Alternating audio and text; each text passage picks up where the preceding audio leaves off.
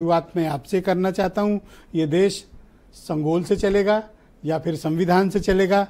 और आर.के. चौधरी ने जो मुद्दा उठाया है, बीजेपी का क्या रुख है इस पर? देखिए, आर.के. चौधरी का मुद्दा बकवास है और निश्चित रूप से उनके मानसिक दिवालियापन की निशानी है। ये देश संविधान से चलेगा और देश हमेशा संविधान से चला है। संविधान का गला किसने घोटा, संविधान को बदला किसने, ये देश जानता है।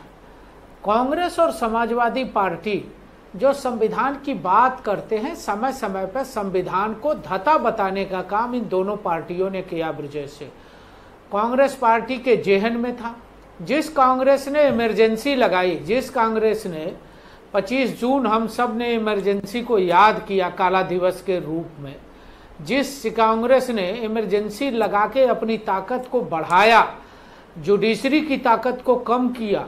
देश के अंदर ऐसे बहुत सारी घटनाएं हुई, चाहे साहबानो केस होगा, चाहे और भी घटनाएं हम बता सकते हैं, जिसमें कांग्रेस ने देश के संविधान का गला घोटा।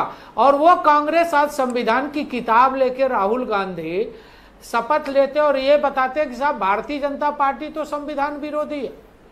समाजवादी पार्टी, जिसके नेता मुलायम सिंह ने नारा दिया था कि जो जमीन सरकारी है वो जमीन हमारी है, और हाई कोर्ट पर हमले की बात किया था, हल्ला बोल किसने कहा था भाई? हाई कोर्ट पर हल्ला बोलेंगे, मीडिया पर हल्ला बोलेंगे, ये सब मुलायम सिंह जी ने किया था। बिल्कुल किया था मुलायम सिंह ने, बिल्कुल मुलायम सिंह ने हल्ला बोलकर नारा दिया था। और जमीन आपको भी याद कब्जा होना की थी चाहिए सर। ब्रजेश दी, 93 की वो सरकार, 93 की वो सरकार आपको याद होनी चाहिए। मैं यही तो आपको याद दिलाना चाहता हूं। नहीं, जमीनें भी कब्जा की सर उन्होंने। हाई कोर्ट पर हल्ला बोलने की बात हुई थी और मीडिया पर हल्ला बोलने की बात हुई थी, जमीनें कब्जा करने की बात हुई थी। जो जमीन सर जब इतने गलत थे मुलायम सिंह यादव, तो आपकी ही सरकार ने Padma Vibhushan, second highest civilian award, Bharat Ratna के ठीक पहले वाला, बीजेपी की ही सरकार ने नेताजी को दिया। तो इतने खराब आदमी थे तो उनको इतना बड़ा अवार्ड कैसे सर? ब्रजेश जी, वो आपके लिए नेताजी हो सकते हैं, हमारे लिए वो नेताजी नहीं है, आज इस दुनिया में नहीं है।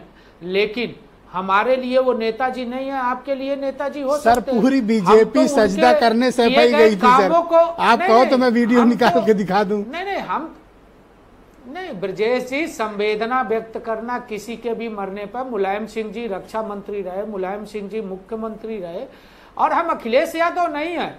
मुलायम सिंह जी मरे तो हमारी पार्टी के नेता गए सैफई तक, लेकिन अखिलेश यादव, कल्याण सिंह मर गए, यही लखनऊ में उनकी बॉडी रखी थी, एक फूल भी चढ़ाने नहीं गए अखिलेश यादव।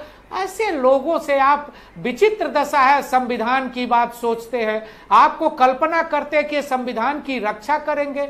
जिन लोगों ने गुंडों को पाला पोसा, जो संविधान की धज्जियां उड़ाते थे, जो मुझे यही तो आश्चर्य है। मैं तो आपकी भावना के साथ आगे बढ़ना चाहता हूँ, और आपकी भावना के हिसाब से तो उनको कैसे सेकंड हाईएस्ट सिविलियन अवार्ड मिला? आप हमको, ये बड़ा मतलब अचरज की बात है। नहीं, मेरे एक प्रश्न का आप जवाब दे दीजिए। अखिलेश यादव जी, कल्याण सिंह जी मुख्यमंत्री थे, उनके मरने पर उनके पार्थिव शरीर पर पुष्प चढ़ाए, इसी माल एवेन्यू में से उनके घर की दूरी 500 मीटर भी नहीं थी। अगर गए हों, उनके गांव गए हों, उनकी संवेदना में गए हों, तो आप बता दीजिए हमको।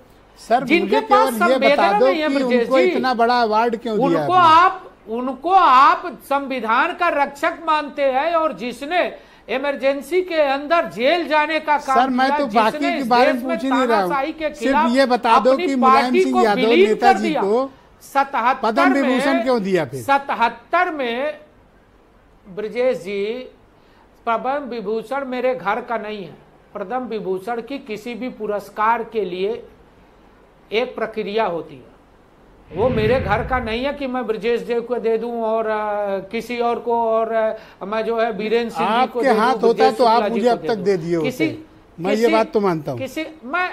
मैं उस परंपरा का नहीं हूँ ब्रजेश जी, जिस परंपरा में समाजवादी पार्टी और कांग्रेस राजनीति करती है।